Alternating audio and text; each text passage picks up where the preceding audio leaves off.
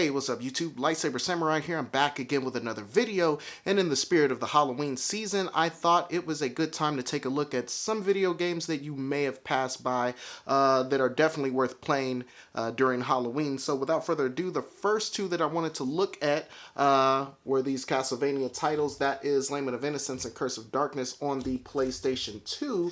Now, a lot of people passed these games by when they came out. I know they didn't get the best reviews, but with the success of the Netflix series, you've got a lot of people going back and taking a look at these games because they feature a lot of the characters that show up in that show. So without further ado, we are going to dive into this and see why you should pick these two titles up. Let's talk about it.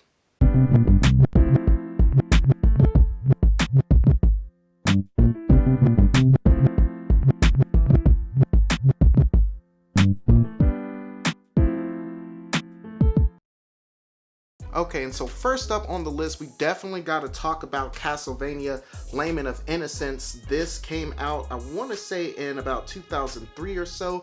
This is significant because this was Konami's first attempt at bringing Castlevania to the 3D to a 3D game since the N64 titles, which got panned kind of universally as being just bad examples of Castlevania making the transition to 3D. And as a result of that, I think they played it a little safe in this. You play as Leon Belmont, and this is kind of a reboot in the series, as he is basically the first of the Belmont clan. This takes place in the 12th century Europe, I believe, and of course his beloved was taken by a vampire, and so he sets off into the forest of eternal night and comes across Dracula's castle. Now in this game, Dracula's castle is basically a hub, and there's basically 5 different sections of the castle. You'll go to like the underwater portion of it, like an underwater sewer way, and you'll go to a gardens, you'll visit libraries and things, and once you beat the boss in the area, you will get an item that, once combined with all the other items, will allow you to open your way up to Dracula's throne room. So the graphics in this, I thought the graphics were pretty good. I know they got a lot of flack,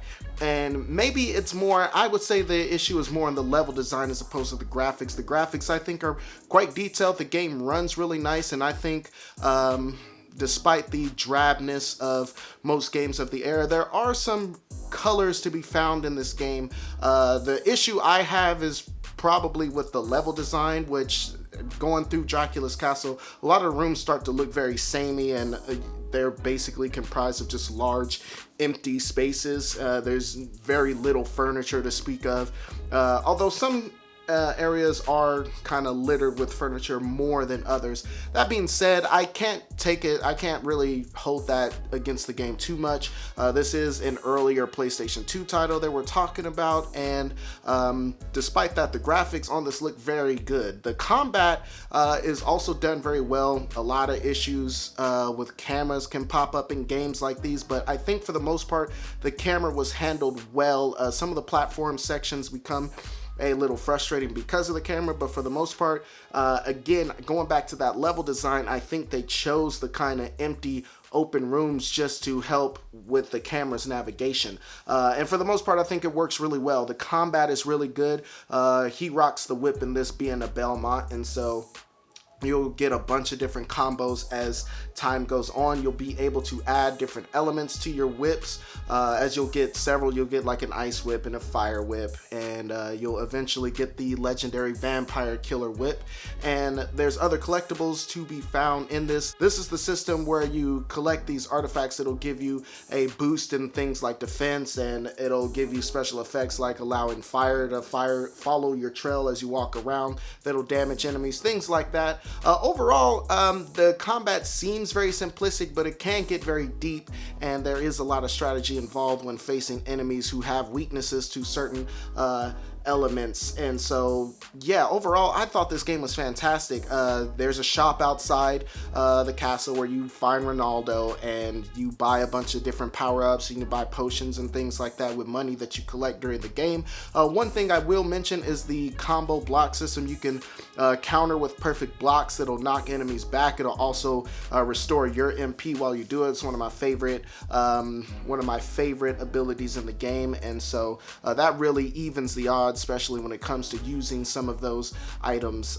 Sub weapons are here as well, so you can use your sub weapons that will of course use hearts, and you'll use that in conjunction with the magic items you find to give your sub weapons different effects. And so all in all, this was a very cool game. I really don't understand the hate that it got. If you see this one, this is hovering around the $20-ish mark, so if you do see it, pick it up. Okay, moving on to the other title. This is Castlevania Curse of Darkness, and this is the one that's starting to go up in price, especially the PlayStation 2 version.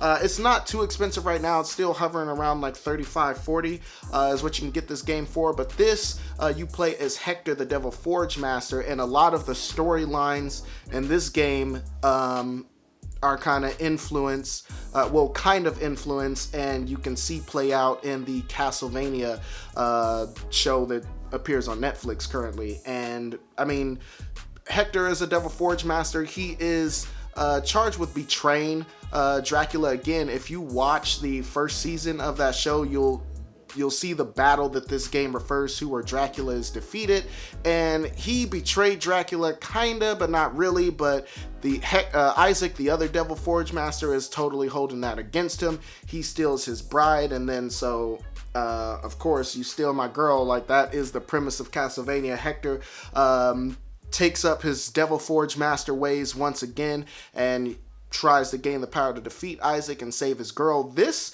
Castlevania is a little different in most in that it doesn't take place in one location.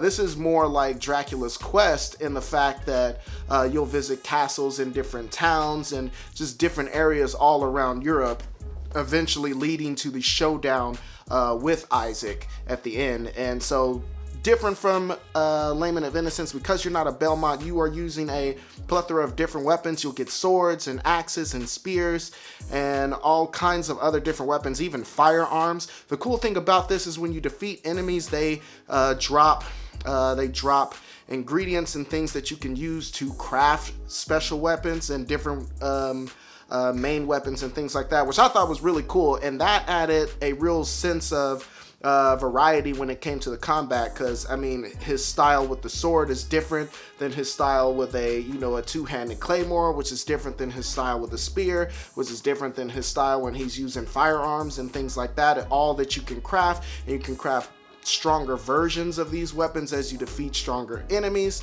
And yeah, I thought that was very cool. So that in itself is awesome. But then he uses his innocent devils, which are basically similar to the familiars that you see in Castlevania Symphony of the Night, except they're a little bit more fleshed out in this. You can level them up. They can evolve similar to Pokemon and kind of turn into stronger versions of themselves. You can even command them and give them commands like defending you, or some of them you can request that they heal you up during battle, and that they can defend you during battle while you heal yourself, things like that. And so overall, I really like this game too. The graphics, I like the graphics in this. I think the graphics in Layman of Innocence might be a little better. There's a slightly different graphical style between these two games, and I think they work a little better in Layman of Innocence than they do in Curse of Darkness. That being said, Curse of Darkness is still a really good looking game. Again, plagued by the same issues as Layman of Innocence, especially in the level design. There's a lot of long corridors and just big open spaces. Nothing is very well detailed and designed, but again, I think they did that to help, rein in that camera. And the camera in this works pretty good as well. It stays behind you and follows the action really well. You can also turn it with the other analog stick, and so you got pretty good control over the camera. And when it's kind of just auto doing its thing, it's usually behaving. So I didn't find much of an issue with that.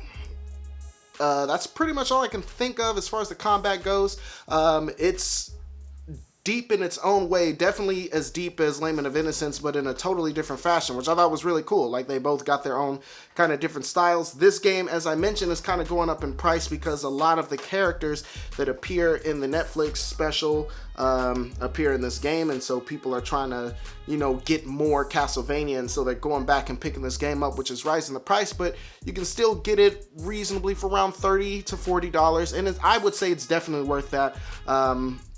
So if you see this one or Lament of Innocence, pick them both up. I think they are cheaper. Actually, Curse of Darkness, I'm sorry.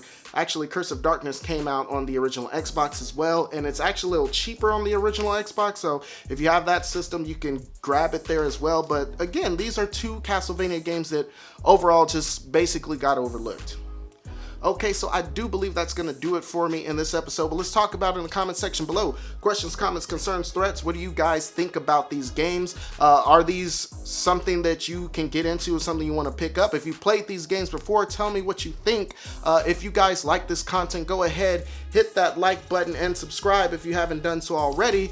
You'll be glad you did. I do believe that's all I got for you. Lightsaber Samurai out, and peace.